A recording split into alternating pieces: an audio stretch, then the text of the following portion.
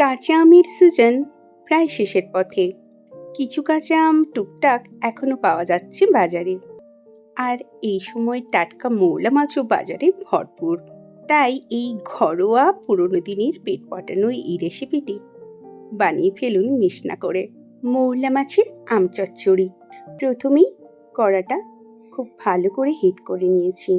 তারপর কড়াতে সর্ষের তেল দিয়ে রাইট ওয়েতে হিট করে নিয়ে আগে থেকে নুন হলুদ মেখে রাখা মৌলা মাছগুলো দিয়ে দিলাম।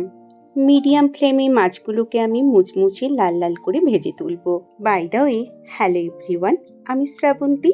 আমার হেসেলে সবাইকে ওয়েলকাম। মাছগুলো মুচমুচে করে ভেজে নিয়েছি। এবার তেল সেপারেট করে সরিয়ে রাখছি। খুবই কম উপকরণে, খুবই কম মশলায়, খুব কম সময়েই এই রান্নাটা কিন্তু বানিয়ে ফেলা যায়, অথচ স্বাদে কিন্তু অতুলনীয়। আর পাবেন মা ঠাকুমার হাতের সেই স্বাদ। মাছগুলো তেল থেকে সেপারেট করে রেখে ওই তেলেই দিয়ে দিলাম 5 ফোড়ন, আর সাথে কয়েকটা চেরা কাঁচা লঙ্কা। কাঁচা লঙ্কা আপনারা যে যেমন ঝাল খান তেমন পরিমাণ দেবেন। দিচ্ছি কুচনো পেঁয়াজ, ছিঁড়ি করে কেটে নিয়েছি। পেঁয়াজটা আপনারা চাইলে স্কিপ করতেও পারেন, কম দিতেও পারেন, কিংবা একটু বেশিও দিতে পারেন।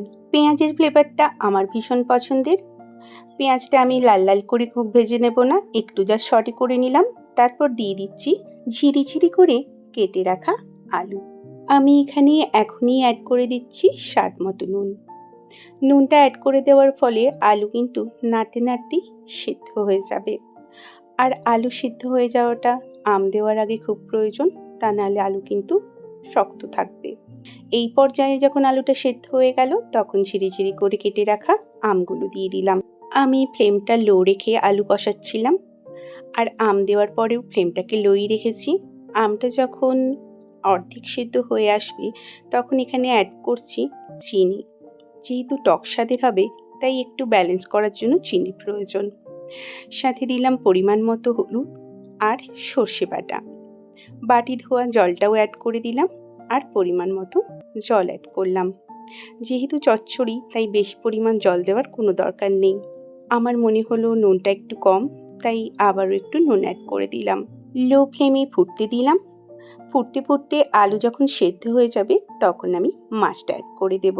ঋতু পরিবর্তনের এই সময়ে নানা রকম ভাইরাস, জ্বর, ক্লান্তি, মুখে যেন কোনো স্বাদই থাকে না। এই সময় মুখের রুচি ফিরিয়ে আনার জন্য এই টক ঝাল মিষ্টি স্বাদের আম চচ্চড়ি একেবারে জাদুর মতো কাজ করে। মাছগুলো দিয়ে 1 মিনিট আমি ফুটিয়ে নিলাম। তারপর কাঁচা লঙ্কা ছড়িয়ে গ্যাসের ফ্লেমটা অফ করে খানিকটা রেস্ট টাইম দিলাম। তারপর গরম গরম ভাতের সাথে এই চচ্চড়ি পরিবেশন করে দিলাম। সত্যি বলছি, গরম ভাতের সাথে একবার মেখে খেলে তৃপ্তি ছাড়া উঠতেই ইচ্ছে করবে না। রেসিপিটি দেখে তৃপ্তি পেলে অবশ্যই কমেন্ট করে জানান। ঘরোয়া মৌসুমি স্বাদের আরও রেসিপি পাওয়ার জন্য আমার সাথে থাকুন, পাশে থাকুন। টাটা।